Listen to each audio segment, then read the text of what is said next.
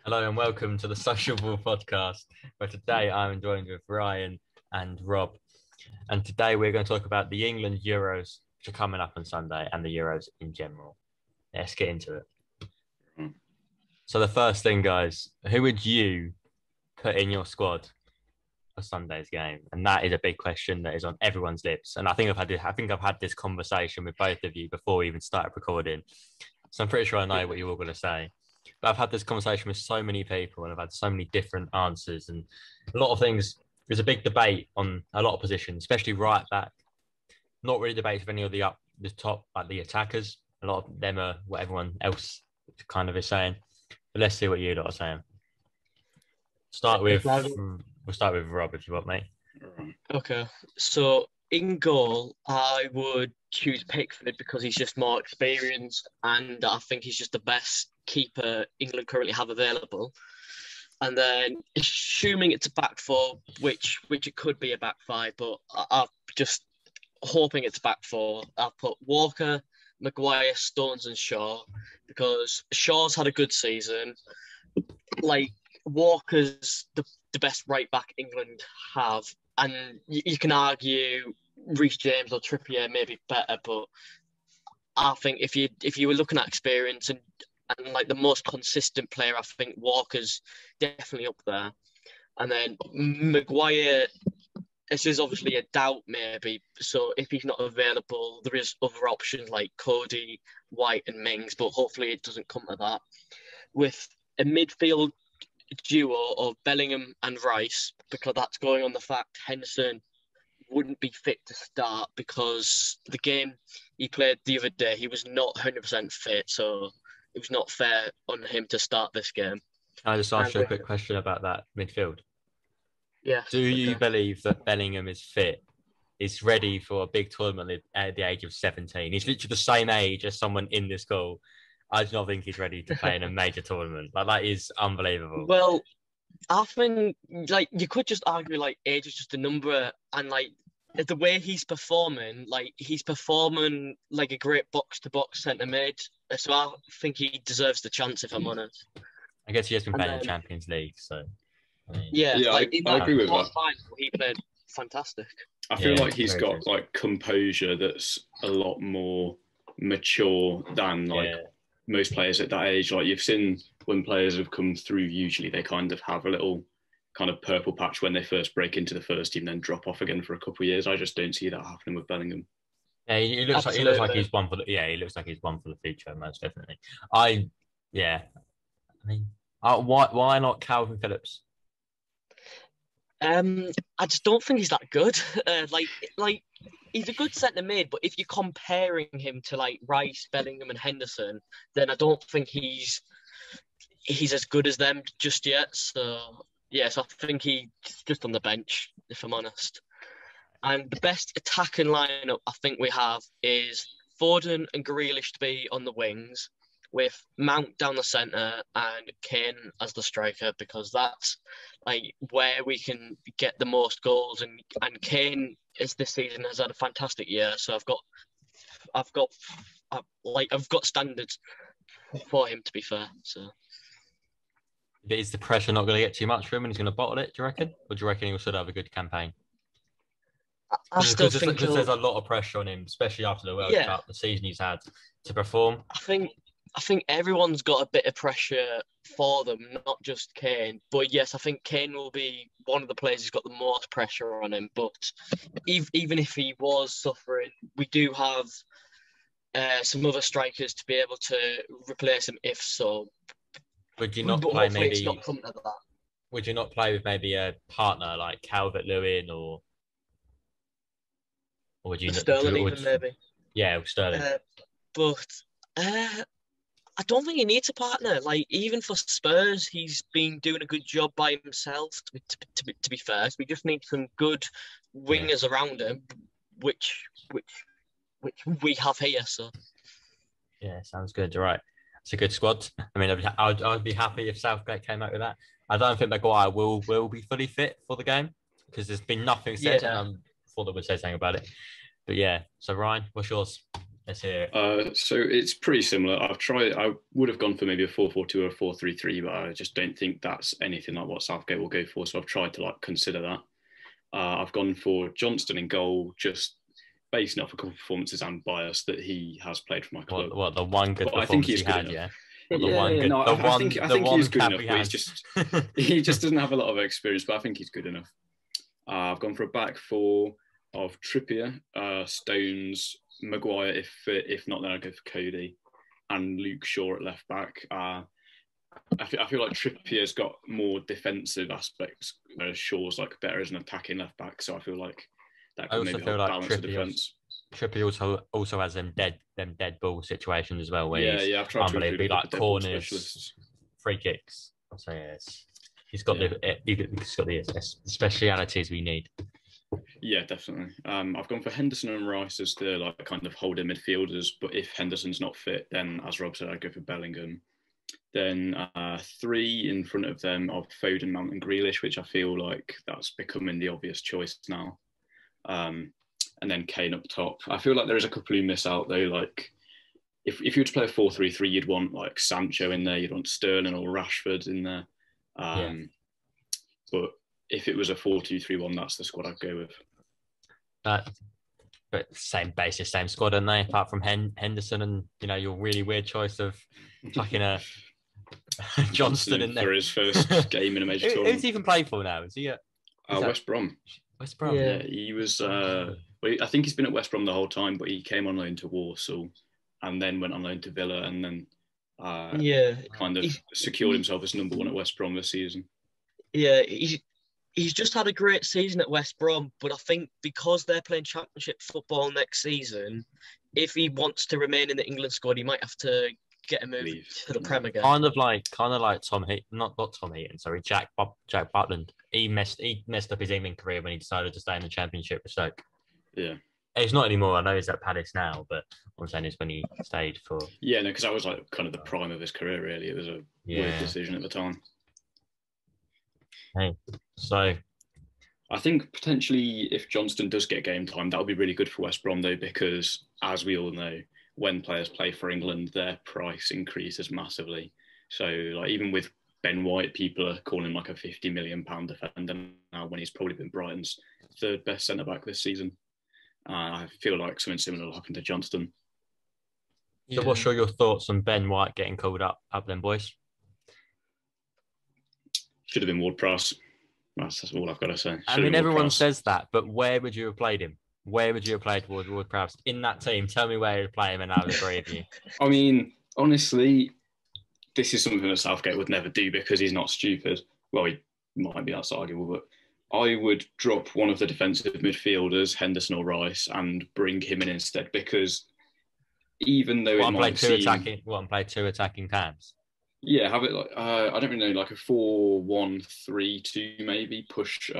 But that leaves us very vulnerable. This sounds stupid, yeah. It really is. FIFA, mate. Push Grealish. Have Grealish and Kane up top, or maybe DCL and Kane up top. Right. Hang on, I need to think about this. How attacking are we going, Ryan? Mate? Yeah, you're gonna have a run forward. Just we'll have a 4-1-3-2. Goalkeeper as well. Just I don't know where I'm going with it, to be honest. But I think that if you could fit him into that team in a way that you could have Ward-Prowse, Grealish, and DCL in the team, you'd win the Euros. I'm not being funny, right? But the amount of fouls Grealish wins, and if you can get Kane, Calvert-Lewin on the end of Ward-Prowse free kicks, you're winning the Euros. Well, he's good at free kicks, don't get me wrong. It's a big statement, but I stand by it.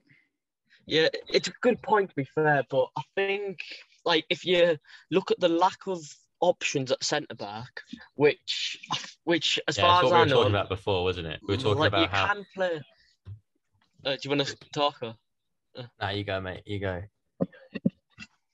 You can play Walker at centre-back, but if you're just sticking to natural centre-backs, it's just Mings and Cody. So be able to have some more depth there, it's good. And I think White is a better centre-back compared to Mings. So Mings is only there because he's left third. Yeah, pretty much, I think. I mean, he's not even a great player, I think. But no, he's not. He's good. I mean, I think Mings is good, carried by there's Konza. players that could be in there ahead of him.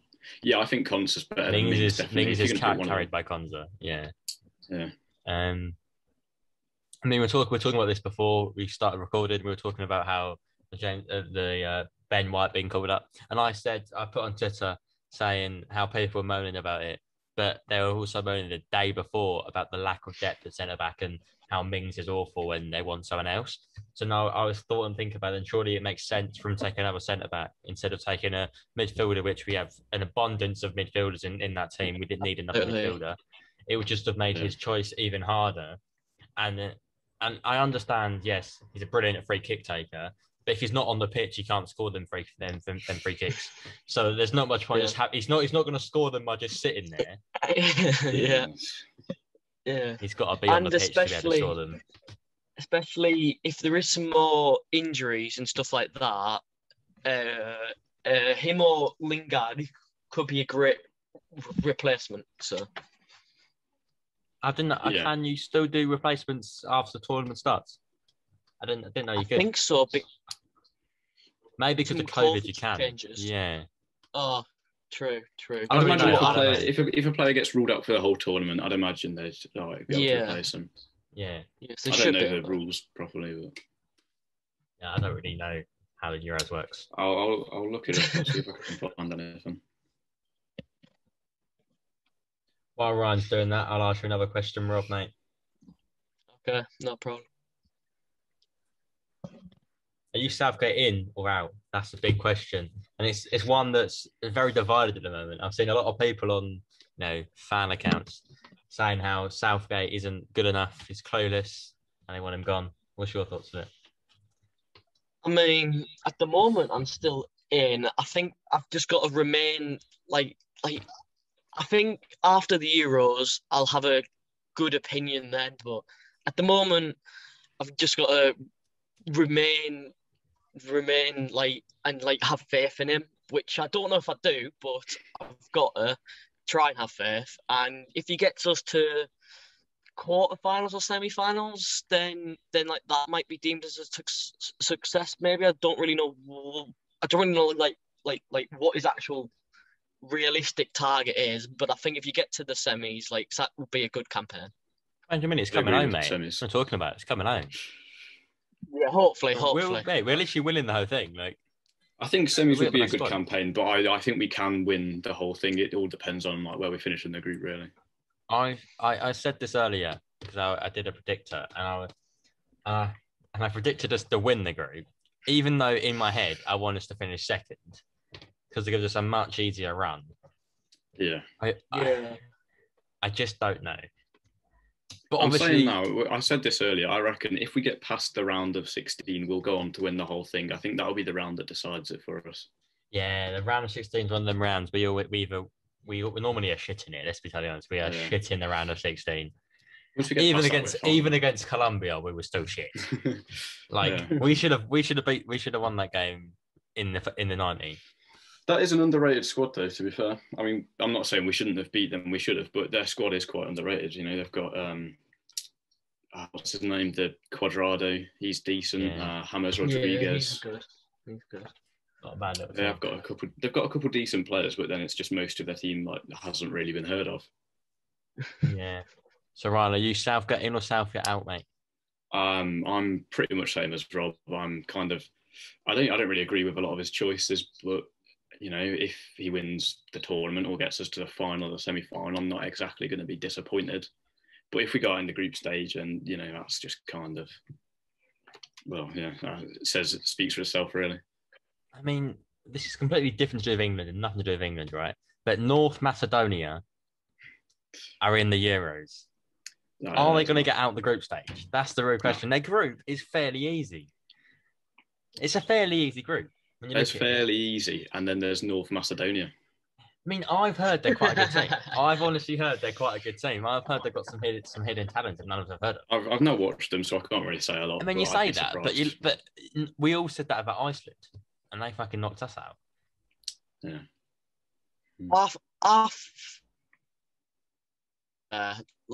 I'm pretty sure they've got a attacking midfielder who plays for, I think it might be Levante in the Spanish First Division. He's supposed to be really good, but except from that, so I don't know for anybody else. No, I know nothing about him. I just was wondering. Just going to ask you what you thought on. Imagine if they go and win it now, and Ryan just called him shit. Yeah, embarrassing. But Patrick Bamford or Ollie Watkins, which one would you take if you could take Neither. Neither. Fair enough. I mean, take James Norwood and just said. Oh yeah. Sure. Bit of Charlie White. Charlie White. I think Bamford will be a good contender to go to the World Cup, but I think the guy's extremely old. Do you know how old Bamford is? He's about 27. Yeah, I think he's like. Is he 27? I need to check this because I'm going to get proven wrong. If not. With Watkins, you can play him at left wing as well as striker, so it's just a bit more like. Yeah, he's 27. Options with him. He's had quite a good first season in the Prem. Actually, he's gone under the radar a little bit. 14 goals. It's not bad for your first season. Yeah, but hopefully it's not his first season. Is it? He played for Chelsea when he was younger. Well, you know what I mean. Played a bit in the Prem. I haven't got a clue. I didn't think he had. I thought this was his first season playing like senior football. I think it's his like proper first season that he played like a few games. Yeah. Oh yeah. Here and there. Ivan Toney as well. He'll be quite interesting seeing the Prem next year. Do you think he'll leave? Do you think he'll leave Brentford, or do you think he'll stay? I don't know. I think it'd be stupid if he leaves. I think it'd be quite a stupid choice if he left. Because the thing is, he could probably get to a top 6 club, but the likelihood would be that he'd be sat on the bench most of the time. If he went to like an Arsenal. Oh yeah, Arsenal because it's Arsenal. Or like a Leicester. Not your big 6 anymore. No. If he went to a Leicester, I feel like not a replacement for Vardy. They're not replacing Vardy, but Vardy is getting up. Just be honest, he's nowhere near as good as he used to be, at all. And what you're Ian saying, Nacho, then kind of just having on the side. And Ian Nacho isn't good without a partner. Yeah, Nacho needs a partner. He cannot create anything. So he needs, and Ivan Toney is that kind of player. So he can play for Leicester and play every week. I think. To be fair, you could see him in a Leicester shirt. Yeah, like if Brentford didn't get promoted, I think he would have left. But I think just because they've got promoted, he's gonna stay. And whether or not they go down or not next season is another question. But I think they will be maybe favourites to go down. No, I don't think they will be. I think they'll surprise a few. Nah, because Brentford are one of them teams, and I love Brentford. I always have, because it's just the way they do everything is so proper. They don't buy. They have the good business well-known marketing. players. They buy players that no one's ever heard of, and they turn out to be absolute bowlers. And that's great. Every season they sell their big player, and just buy another big player next season. I'm like, how do they do it? Like, honestly, whoever is in charge of their big recruitment deserves a £1 million bonus. Honestly, it's probably made them more than that with all the sales they get. So back to the Euros. Remember when gone off topic. Warsaw? No, you can stop me from my little anecdote about Warsaw. No, go and talk about Warsaw. Go yeah, on. no, when we were back in 2016, second in League One, and halfway through the season, Dean Smith leaves us for Brentford, takes our 2 biggest players, and now, Romain Sawyers has just had a season in the Premier League. Not Ivan Toney. Rico Henry will be in the Prem next season. And Dean Smith himself managing Villa now, probably going to be one of the. I reckon Villa will be up there next season. He's a top manager, and the squad he's got and the backing he's got from the owners will take them quite a long way. Yeah, I mean, I like Villa. I hope they do well next season. Back to the Euros then, boys.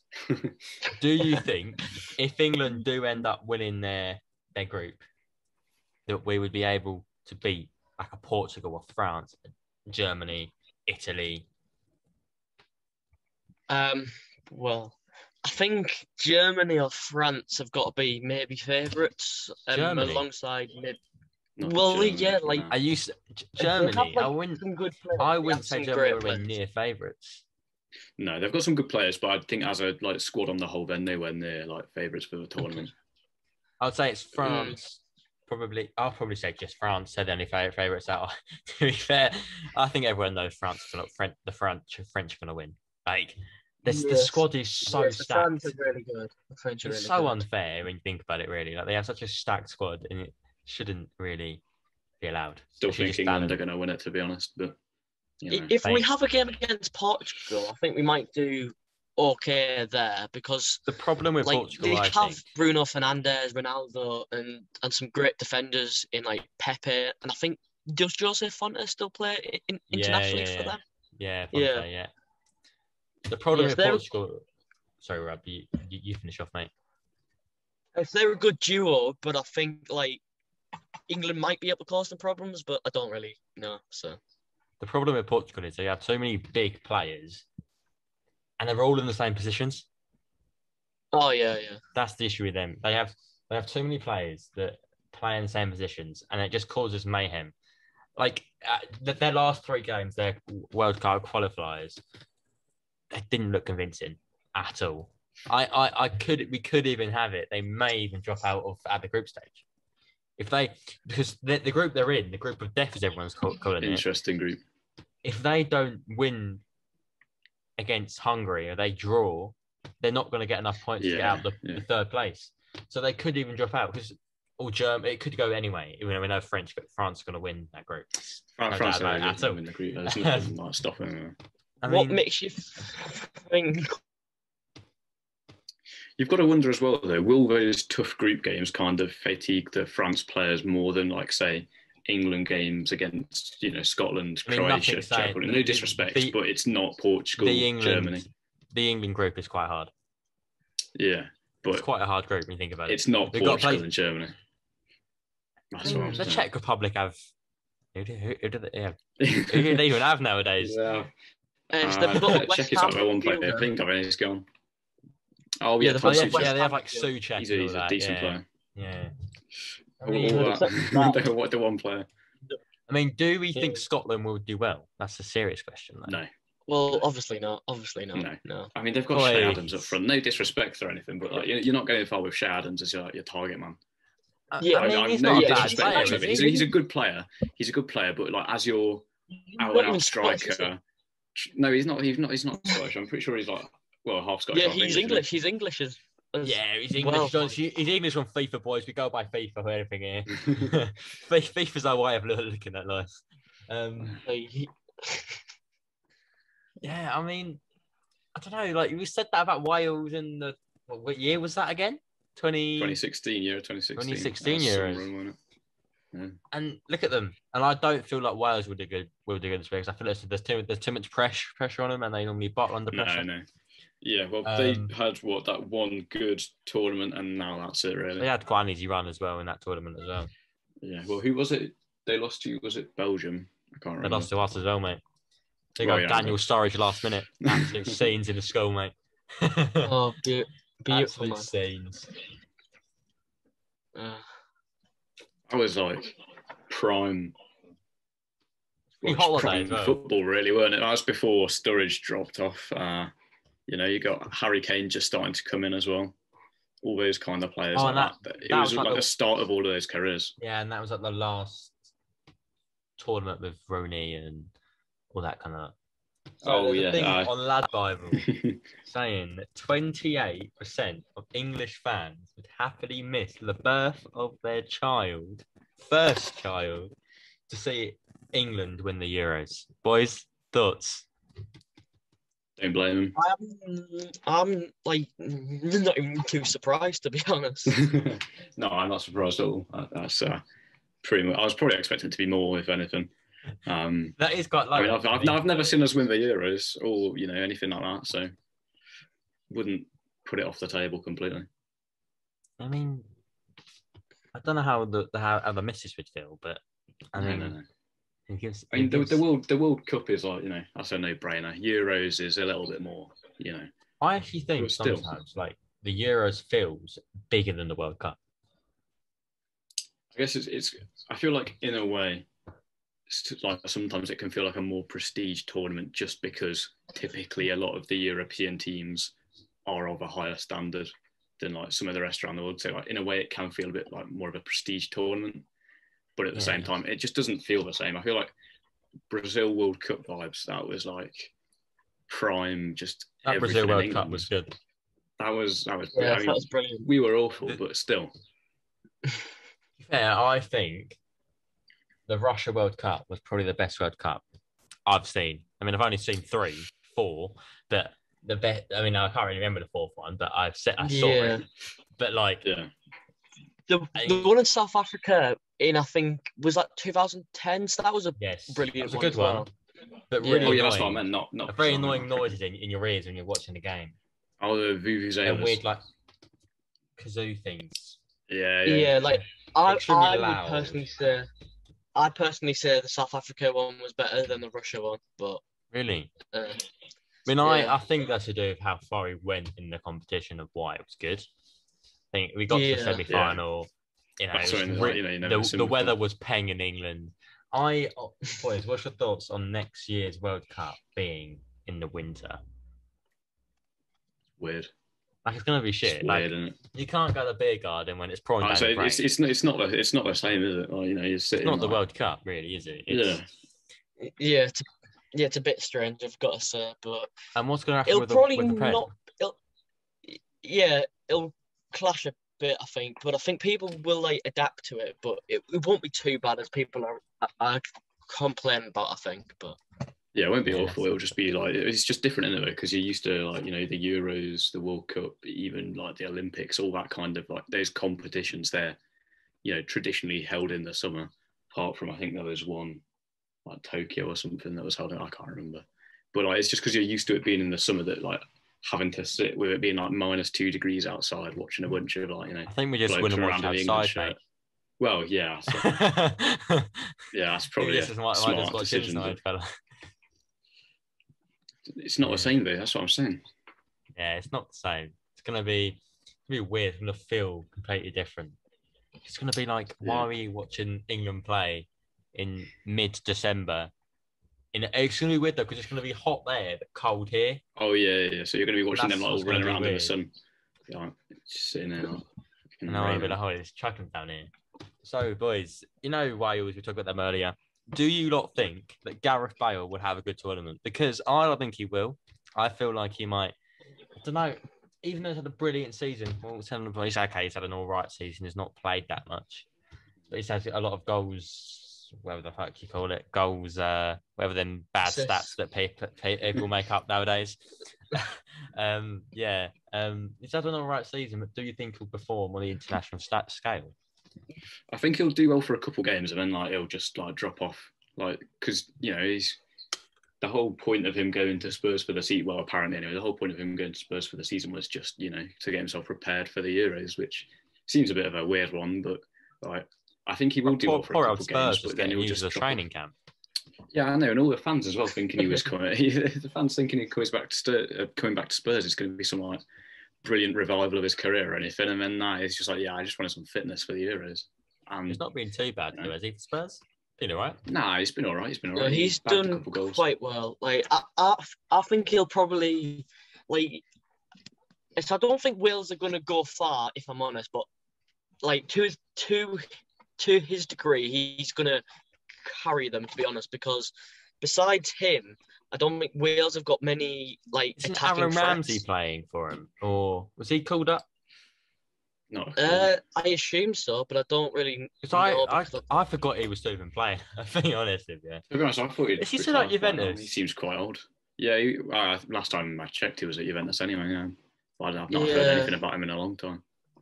Man, that's crazy. Yeah, I don't think he's getting too much game time, but I mean, you're on a lot of wage, so he's just getting his money, you know, twilight of secure the bag. Secure the bag. The equivalent of like your late career trip to like America or China or wherever. So, what's your thoughts on Turkey? Everyone's saying they're going to be some kind of underdogs this year. They're going to be an underdog, but they are going to go out in like the round of 16 still, aren't you know? They're not that good. I don't know, because they could get a draw against Denmark in the round of 16, and I feel like that is a very, very, very close tie, and there's not much really separating them. Like they could. Obviously, that depends on how the tournament falls. For me, the one thing that would separate them is Kasper Schmeichel. I just don't see them, scoring that many. I just think if Denmark can go and score 1 or 2 in the first half and defend second half, they'll be fine. That's how I see it. Yeah. Right. Completely leaving the Euros now, boys. The Premier League. Let's get back to it. So, who's getting top 4 and who's going down? Next season, obviously, not this season. Chelsea have got to be up there, haven't they? I think Chelsea could win the league, Oh, yeah, no, if they get, who was it? It's Haaland and someone else they're looking at. If they get both of them, they're winning the league, surely. Mate, they're not getting Haaland. No, I don't see them getting Haaland, but Hakimi's the hypothetical situation, they get Haaland, they get Hakimi. Like, who's stopping them from winning the league? They've just spent like 50 million on Werner, and now they're going to just bin him off after one season. It's Roman Abramovich, mate. He's got money to burn. But what, they're going to try and sell Werner or keep him? I think Werner would stay because Giroud's just signed a contract extension, so it would make sense for Tammy Abraham to leave. I thought he was leaving. No, I don't think he is. Well, he signed a contract extension, so I doubt it. Fair enough. Fair play. Either that or they're just trying to get like a little bit of money for him before he goes. Yeah. Yes, that could be the case. I was gonna say something. I forgot. What Tammy Abraham. He is a quality player. He's really, really underrated at Chelsea. I think he was wasn't he their joint top scorer this season, even though he hardly played? Something like that. And it's like he just doesn't get near the pitch. He was their top goal scorer in the FA Cup and everything as well. So he really did well. And I think he'd be good to a lower league Prem team, to be honest. Like a team like Brighton. I think Brighton need a striker, an out-and-out striker. Christian Benteke is what I'm saying for Brighton. I'm not being funny. Honestly, I think Benteke's good. He scores when he's given chances, and the problem with Brighton is they just don't finish their chances. Crystal Palace could massively struggle this season, because they have no players. Half their players are out of contract. I think Roy Hodgson, he never got the appreciation he deserved because he's actually done, to make Crystal Palace a mid-table team, it takes some doing that. It's not easy. Let's be honest, no offence to West, I like Crystal Palace, but they're not a big side at all. No, they're not. It's just one of those where they're a club based in London, isn't it? So, they've got to have some kind of following just because they live, right around people. That sounds weird. They're based around busy areas. So, are City going to be up there? Or are they going to drop? Or are Liverpool going to be up there again? City will be up there again. Liverpool, United, City, Chelsea is probably my top 4. Not in that order, but somewhere around there. Villa. I'm saying Villa. If Villa should go in for Tammy Abraham, get him back. They had him on loan that season in the Championship. Get him back. Stick him up front with Watkins. Grealish, McGinn, Buendia behind. Sorted. That's Europe for Villa. You don't think that Spurs? Sorry, boys. Do you think Spurs might struggle with the Conference League? Because it's a lot of travelling for really nothing. It's not really a big competition that no one really wants to win it. If Kane leaves, then definitely. Which, is looking likely with a new manager. I think for Spurs, it's just about getting a trophy because they've not had a trophy for a lot of years now. So I think going into this, they must be favourites. I don't know anybody else who can top them. So they've got a great chance to have a trophy here. Yeah, but wouldn't it mess up their campaign to get into Europe, get into Champions League next season in the Premier League? And shouldn't that be their main focus? Surely, because this conference. I don't think in reality it's like some kind of BTEC UEFA. It's like some kind of BTEC Europa League, and no one really cares about Europa League anyway. So I just don't see any point in Spurs trying to fight for the Champions League because I just don't think. I don't think they'll get top 4 anyway. No matter, they could drop out of the Conference League thing right now and just have just the Prem games. I still don't think they'd get top 4. I don't. Whereas if you win the Conference League, doesn't that give you access to Europa League next season? I seriously think that's their best way into it. I think it might do. Yeah, that's surely their best way into it. If Kane it's a leaves lot anyway. of travelling. It's a lot of travelling. They're going across the world to places that are honestly, you know your local non-league club, right? The grounds are like that, fella. I mean, that's the best thing, though. Isn't there that one with the train as well? There's one with like the train that runs through the pitch or something. I mean, for fans, it's class. There's some banging away games definitely. In that one, but like for the players, it's not really nice. No, that's yeah, no, it's an interesting one. It's an interesting concept on the whole, the Conference League. Yeah, it's just such a mismatch of teams. Yeah, So who's gonna go down then, boys? I think Norwich, since they've lost their great attacking midfielder to go to Aston Villa, they'll be one of the favourites. So I've got to say them. And then, I mean, are they even favourites just because they lost him? I thought they were favourites anyway. Because they do it every other year. Yeah, true. I think it depends. I think another team, depends who they bring in, but I could see Crystal Palace going down. Yeah, definitely. I think like, I don't know who would be a good fit for them. Like, because since Nuno talks broke down, apparently, are they broke down now? Have they? Yeah. Yeah, there was a couple of reports about that yesterday. Yeah. Maybe a bit of Eddie Howe would be a good manager because he was meant to go in Celtic, but apparently that didn't happen, and now they've employed. Yeah, I don't get why no one's gone for him. He's a brilliant manager. So Eddie Howe, maybe. I reckon he could do a bit. He'd do a job with Palace. Yeah. And then, like, I personally think Brighton will be able to survive again. So I've got to back either Brentford or maybe Newcastle will go down. But I really don't think Newcastle will. I don't think Newcastle will. I think Brentford will be like this season's Leeds. Yeah, I think Brentford will be absolutely fine. I think they'll finish mid-table, like 10th. Yeah, I'm saying like 11th, 12th, kind of that general area. I just don't really see them going down. Yeah, I don't see them finishing anywhere near like the European spots, but I also see them being like well clear of relegation. So I think Norwich definitely. That's no doubt in the world. Yeah, obviously. Norwich and Palace are kind of the two. Yeah, I mean, it depends with Palace of who they employ as manager. Yeah, definitely. Yeah, and the players they bring in. Because at the end of the day, whoever they bring in has got a completely blank canvas. I can do whatever he wants with the club, the team. Yeah, if they bring in like a good manager and back him, he's going to get back in as well from the chairman. Well, it's only Crystal Palace, so I don't think they've got that much money, and they've got a lot of players out of contract at the end of this month. Like, so I don't know, to be honest. So, like, I suppose if they don't go down, another team that might is Watford, but I feel like Watford was my other one. I feel like they might be able to survive, but I don't actually know now. But I've got some faith in them. Watford's one of those where, like, in the Prem, aren't they? Yeah, I feel like Watford is one of those where if they never went down, like, you wouldn't back them to go down any season, but like just because they've been down and back up now, it's more of a questionable side of it. Like, I just feel like they get rid of managers too often, and they're so unpredictable. Chop and change. Oh, absolutely, it's really unpredictable, and like you don't really know what they're going to do next. Yeah, that's the problem they've got. Like, there's not really much of a strong club like culture there because they just change everything so often. Yeah. There's no identity to their club. That's the thing. Yeah. And I like Watford mainly because of the cycling GK, but you know, what a legend. I've not really watched much of it. I've only seen like a couple of clips and stuff where people have like put it on Twitter or something. It's good. It's good.